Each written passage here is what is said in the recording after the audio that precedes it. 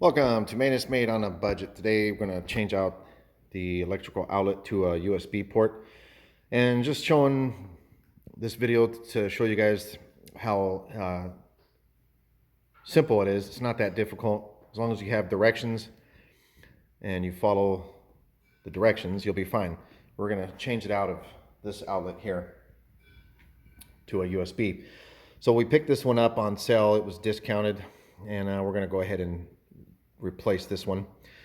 Before I continue, I'm not an electrician, I'm not certified.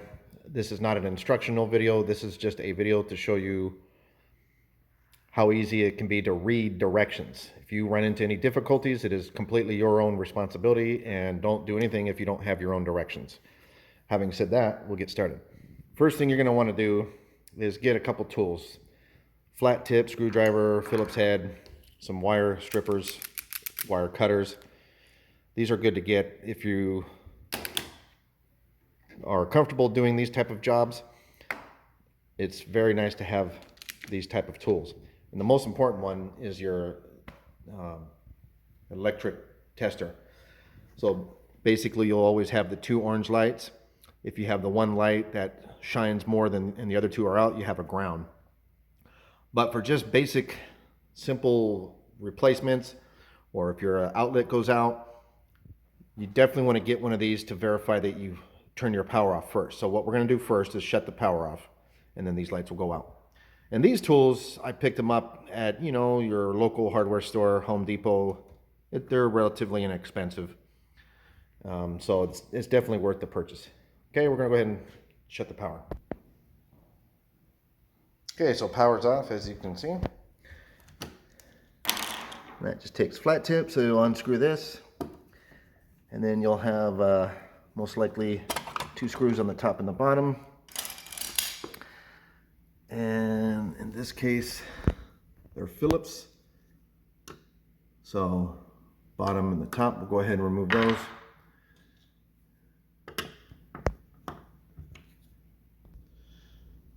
Okay, so pull it out.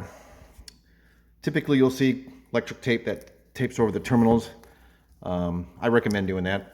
I usually do that also when I'm changing out these, just for a protective. But if you don't have electrical tape, don't worry. It's not necessary, but it is good to have. So you'll notice right away, you have a black, white, and a ground. Okay, the black and the white. If you read the directions, it gives you the two different types.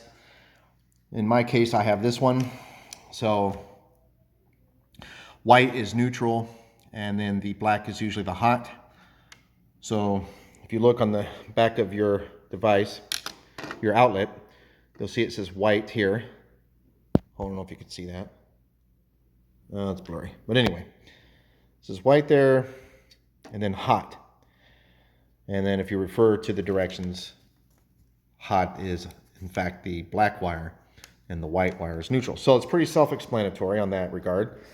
What you're going to do now is just unscrew, and usually the copper is kind of hooked around. So I'm going to go ahead and do that.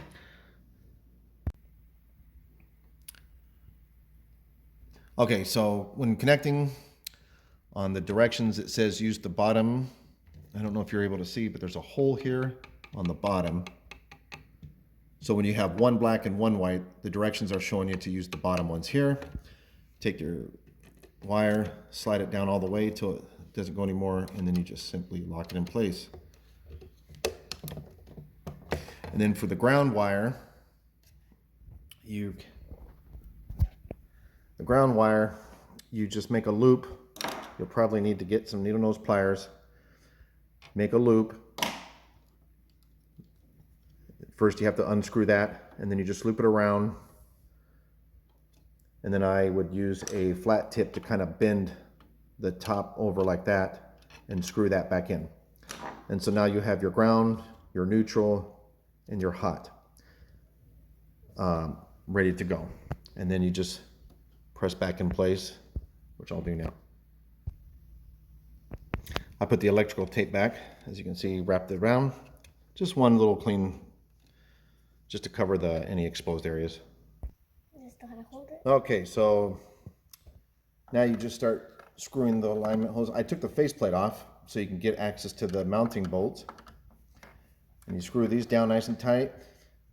And you just have to work this in, and you try to squeeze the wires and kind of gently push them inside the housing box the best that you can. It's not super pretty, but it's what you got to do.